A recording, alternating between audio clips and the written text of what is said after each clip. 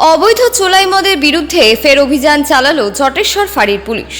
সোমবার রাতে জটেশ্বর ১ নম্বর অঞ্চলের কড়াইবাড়ি গ্রামে জটেশ্বর ফাঁড়ির ওসি জগদীশ রায়ের নেতৃত্বে পরিচালিত বিশেষ অভিযানে গুড়িয়ে দেওয়া হয় চোলাই মদের আস্তানা।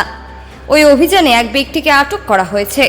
পুলিশ সূত্রে জানা গিয়েছে, গোপন সূত্রে খবর পেয়ে ওই এলাকায় অভিযান চালানো হয়। অভিযানের সময় উদ্ধার হয় চোলাই মদ, হাড়িয়া সহ চোলাই মদ তৈরির সরঞ্জাম। সেগুলি ঘটনাস্থলে নষ্ট করে দেওয়া হয়। এ প্রসঙ্গে জটেশ্বর ফাঁড়ির ওসি জগদীশ রায় বলেন, অবৈধ চোলাই মদের কারবার কোনোভাবেই বরদাস্ত করা হবে না। আগামী দিনেও এই ধরনের অভিযান অব্যাহত থাকবে। পুলিশের ধারাবাহিক এই অভিযানে সন্তোষ প্রকাশ করেছেন স্থানীয় বাসিন্দারা।